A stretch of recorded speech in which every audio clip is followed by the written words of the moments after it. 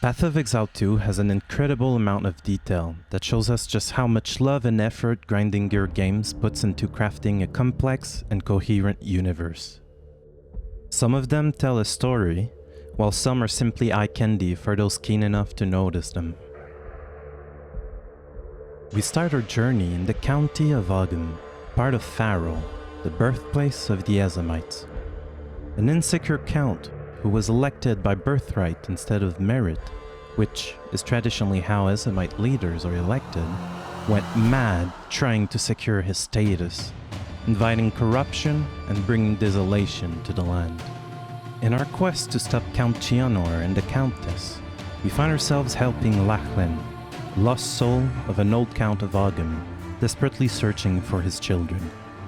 After defeating the Praetor and his consort, we open the cemetery gate for Lachlan, where he finds the graves of his dead family. What you may not have realized is that this was foreshadowed in the boss fights against the Eternals in this cemetery.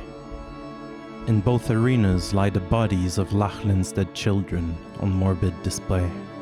His daughter, Isabel, and his two sons, Torkel and Callum. At first, I thought they might be the dead children of Draven and Esenia, who they mourned in their epitaphs. However, their physical appearance mirrors that of Lachlan's children, as depicted in the art book, and Draven and Esenia only had one boy that we know of.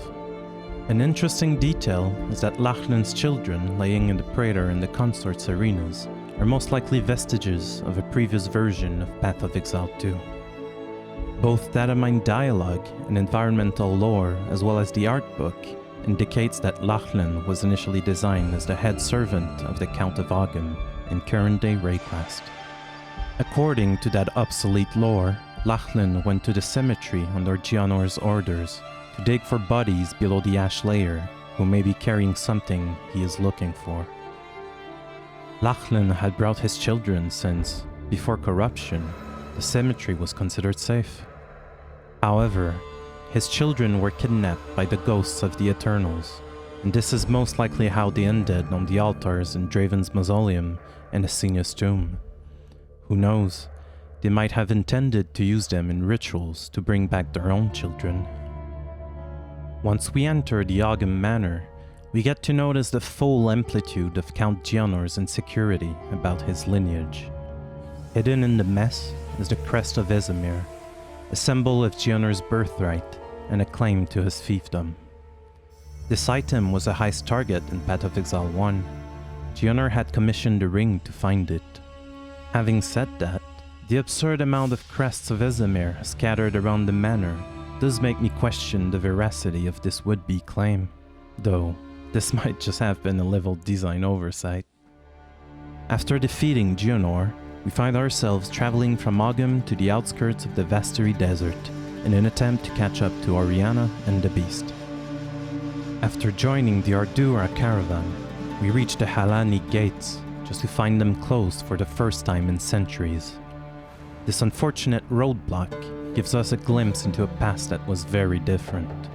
Looking at the carvings on this giant gate, we notice that the Mastodons used to live in harmony alongside the Marikath, not only being mounted as travel companions, but helping them in their daily lives. We get to know more about this in the art book, where it is explained that before the Marikath used slaves and roas to pull their caravans, the Mastodons used to do it. As the nascent desert took over the verdant plains, the Mastodons slowly migrated north, where the bones of their ancestors lied. After being stopped by the closed gates, we end up in the Maudun Quarry, where we can see the excavation site whence Jamanra's body was exhumed in order to be revived using the power of corruption. Jamanra, the king of the Faradin, was dishonorably killed long ago by the Sekimas of his time, who had banded together to deny the Faradin the little amount of recognition they seek to achieve. The mines below this quarry is where the Faradin defectors who opposed Oriana's plan to revive him were imprisoned as to not impede their plan. During our journey to recreate the Horn of the Vastiri, by following in Orbala's footsteps, we encounter Ekbab, the resurrected steed of Orbala, who had once given her one of his tusks. We know not only by his name that it was her steed, but by his missing tusk, which was used to create the original horn of the Vestiri. The fact that he is north in the bone pits might be an indication that the Great Mastodon migration might have happened during Orbala's lifetime, placing it over 3,000 years ago, before the creation of the beast. As the beast grows unstoppable, we enter the Exile jungle in search of a precursor weapon that can help us get rid of it. Soon after entering the jungle, we stumble upon a very old crypt infested with snakes. Unless you've read the flavor text of this area, you would not know that these rooms are of the ancient temple of the god Yaomak. An interesting fact about this temple is that the Trial Master, before becoming an eternal servant of chaos, well over 2,000 years ago, when he was nothing but a mortal named Ixchel, working for the Order of the Jinn, infiltrated this temple and stole the sleeping vessel of the god Yaomak. Because of this feat, he was bestowed the title of God Stealer. Fast forward in time when we, go back in time, we find ourselves in Exile, pre-Vol Cataclysm, 2,020 years in the past. If you looked around the time gate a little bit, you might have noticed the statues of the god Yaomak and of Chaos. A little bit further is a giant sundial. Assuming the gnomon is pointing north, like it would in the Mesoamerican countries the Vol have been modeled after, this sundial indicates that the cataclysm happened during sunset, since the shadow of the gnomon is pointing due east. Another interesting detail is that the cataclysm originated opposite from the sunset. A small detail I'm sure most people missed is the flayed faces on some of the feathered pillars. Though there are some references to flaying and wearing skin in Path of Exile, especially in regards to the Breach Lords, I do not know what these represent besides, being extremely creepy. I can only assume that they've been inspired by the Flayed One, a Mesoamerican god that had dedicated ritual sacrifices, where the sacrifices would be flayed and their skin would be worn. Continuing in the theme of the Mesoamerican cultures, we have a statue which most likely represents the Vol sun god, potentially Kopek, as the Temple of Kopek would indicate. The reason for this assumption is the presence of the Aztec sun calendar at the bottom of this statue.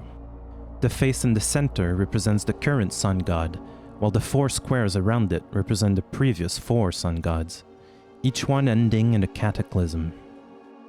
At the footsteps of the Exile Agarat are the statues that foreshadows a side quest in which we use a sacrificial dagger on a giant's heart.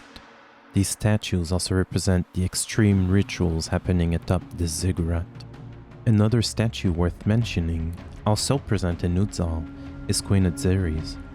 What I find peculiar here is not her statue, but an inconspicuous offering at her feet, the golden effigy of a bird rumored to be older than time itself. But even more peculiar than this ibis is the fact that, just like the crest of Esamir, we find replicas of it in many places, when one would assume that it is a unique artifact. Even this exquisite idol was shaped out of the golden ibis. Maybe idolatry went too far this time.